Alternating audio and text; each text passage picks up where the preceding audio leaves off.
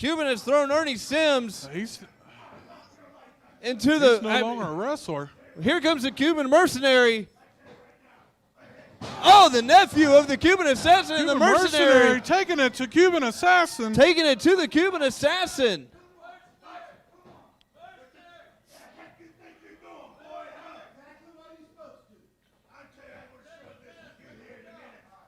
Looks like we have a match here. Looks like it's going to be the Cuban Assassin against the Cuban Mercenary. After everything that's been done the last couple weeks, I think Cuban's ready to slap somebody. It may just be his nephew. He's fired up, and so is the Cuban Mercenary. There's the bell. Here we go. We got us a match. We sure do. It's a Cuban Assassin already starting it off right with a rake to the eyes there. And he said he was going to show him some tough love. He said it was all about tough love. The manager now of the Cuban Dynasty said it was just because he didn't listen to his kid and nephew. That's right, and he said that he didn't show him respect, and so he's definitely not showing any respect in that ring right now with a hard body slam. It's Cuban Assassin taking it to his nephew, the Cuban Mercenary. He sure is saying he wants more and throws that big right hand to the top of the head of the Cuban Mercenary. Now backs him up into the turnbuckle and a big right hand to the midsection, knocking some of that air out of the Mercenary and an elbow to the back of the neck. Yeah, he's in firm control here, and I believe we're seeing right now how dangerous Cuban Assassin can be when he has all his focus on one main target, that being his own nephew, the Cuban Mercenary. But as soon as I say that, a clothesline. Oh, 2 count. Just about picking up the win there. And yeah, see, I think what's made Cuban the most mad is for the simple fact that now this is public. Yes. He didn't want it publicized. And I think also is we've seen the Cuban Dynasty get some success recently. And it's been under the tutelage of Gunny Sims. And so now I think it could be a little bit of jealousy. Perhaps that he couldn't lead them to the promised land like we're seeing with the tutelage that they have right now. For sure. And as we see here, Cuban Assassin taking it to Cuban Mercenary and yelling at Mr. Sims on the outside. You know, Mr. Sims came in and kind of got in the face of the Cuban Assassin. Cuban threw him in that ring. Who knows what would have happened? That's right. And, you know, he's not a licensed wrestler anymore. He's a manager now, and he hasn't been in the ring for some time. So, you know, and I'm sure Cuban Assassin knew that, trying to gather the gall of the Cuban Dynasty. And kind of embarrass him, maybe? I think they walked right into his trap. I think he wanted him in the ring so that he could embarrass him, like you said. And that's his goal right now, is to embarrass his nephew. I think that's part of the problem right now with the Cuban Assassin, although he's taking full advantage of the Cuban Mercenary right now. But I think he's been embarrassed, and he doesn't like being embarrassed. That's right. He's got that chin lock on here. Making sure the referee's checking, make sure it's not a choke, making sure it is a chin lock. He has a career in Hollywood now, and he's doing movies, and Creed 2, which is out currently. And so yeah, he doesn't want to go back to set and have Jennifer Gardner be like, hey, what's up with your family? That's right. And so he tells us he's good friends with her, Jennifer Lawrence, I believe. I mean, he already gets it enough from our Cucumber Company producer, Tomcat Reiser. You know, he's always asking him about stuff. That's right. And by the way, Tomcat Reiser, no relation to Chance Reiser. Okay. Just wanted to make that clear. Yes.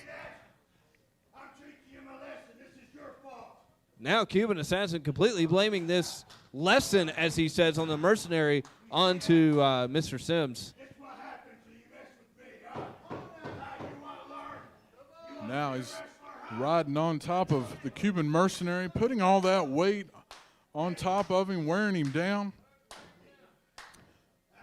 just as we mentioned, just trying to embarrass this kid.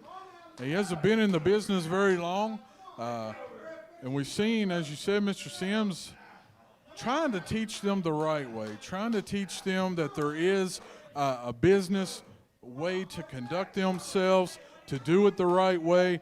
But the Cuban Assassin definitely doesn't want.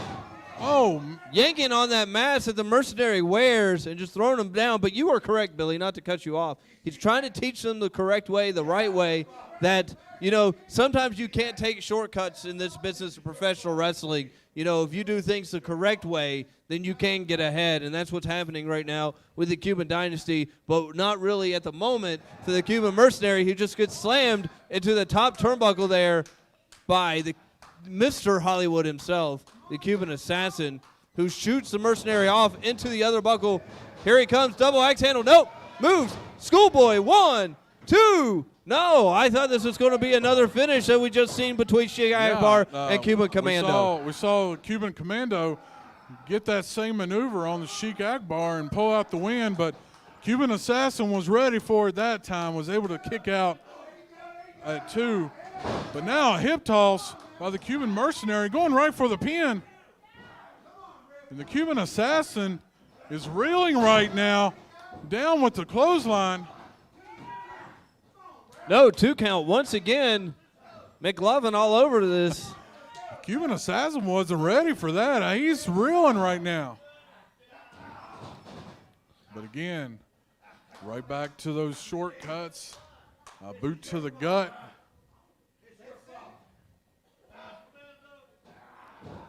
Cuban Assassin taking it to the Mercenary once again.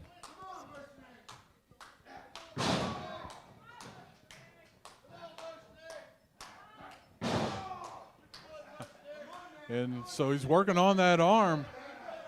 And as soon as he gets the advantage, he starts mouthing to Mr. Sims at ringside, telling him he's got him, telling him it's his fault, and just trying to embarrass this kid. He really is. He's trying to embarrass him, and you got to think, we just seen Sheik Akbar lose to the Cuban Commando. So you got to think that Cuban Assassin was a little embarrassed by that as well, beating his tag team partner like that. Absolutely, and but I think that he's proven Mr. Sims' point that he isn't showing them any respect. He isn't trying to teach them the right way, and he's just trying to embarrass them. We have to remember that this is still his family. This is his nephew. He's in the ring with. Christmas is right around the corner. Right around the corner. I'm not sure how they conduct Christmas in who Cuba. drew names?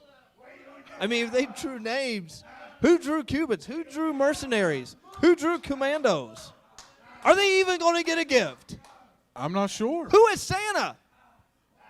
And who gets to use the family shampoo? I don't know, but referee here is asking. And what type of shampoo do they use? Because it's always stinking. These are questions I want answered. You know what? This is why you're a broadcast journalist, and this is why we always have you interview the top stars here at USA CW. But now the Cuban Assassin taking it all to the Cuban Mercenary. By the way, has Rudolph come on yet this year? I think it has. It has? Yeah. Did you get to see your favorite part with Hermie? No. That's an inside joke, fans. You message me on Facebook, and I'll be happy to tell you that story. Cuban Assassin taking it all to the Cuban Mercenary here in this hammerlock. What's going to happen here? All jokes aside, Cuban Assassin has had control of this match for 90% of the match, but now the Cuban Mercenary able to get a hammerlock onto the Cuban Assassin. Yeah, and Cuban Assassin definitely is not liking this, trying to work his way out of this, trying to go behind, go under, cannot find an advantage. Elbow right to the point of the nose, it looked like. Hip toss over, and a rake of the eyes with the bottom of that boot. that sole of that boot going right across the forehead of the Cuban Mercenary. And right back, dropping that knee into the back of the Cuban Mercenary into that surfboard maneuver. Yeah, but as you can see here, that knee is right into the middle of the back, right almost in between the shoulder blades there, and just pulling back on those arms. That's right, and you know that puts pressure on your kidneys, puts him in all kind of pain, blues, and agony, as Dusty Rhodes would say. But he says he will not give up. Oh, the Cuban Mercenary not giving up, as Cuban kept telling the referee that he was saying yes, but he was not. And we're seeing the fans start to pull behind the Cuban Mercenary. You know, for a long time, under the auspices of the Cuban Assassin, these fans hated everybody that was from Cuba. And rightly so, the way that they handled themselves in the ring. But now, with this new, this new outlook that they have, the fans are starting to see that they're in it for the right way. The tutelage of Mr. Sims has them doing business the correct way. And this is what we want here in USA Championship Wrestling. Good, hard-earned contest. Yeah, he does. He's taking it to him. Look, he's trying to warm him up, trying to get him excited, trying to get him motivated, trying to get him going. He, from what I hear, is getting them the best trainers that he can find to help them train to better themselves, to take on and to move up in the talent level here at USA Championship Wrestling. Once again, Cuban Assassin, I think for the majority of this match, he just toyed with the Mercenary. And two. Kick to the face, goes for the cover. 1, 2. Oh, his feet were on the rope. Ernie Sims pushed the feet He off had the the ropes. win there, but Sims pushed his feet And off. he says, you're not going to win like that. Cuban Mercenary turns him around. DDT! With the Cuban Mercenary goes for the cover. 1, 2, 3. He got him. Holy crap. Both Cuban Dynasty have won both matches tonight. Ladies and gentlemen, the winner of the match, the Cuban Mercenary. The Cuban Mercenary got the win. And man, Billy, what got the win over the Cuban Assassin. I can't believe the Cuban Mercenary and the Cuban Commando both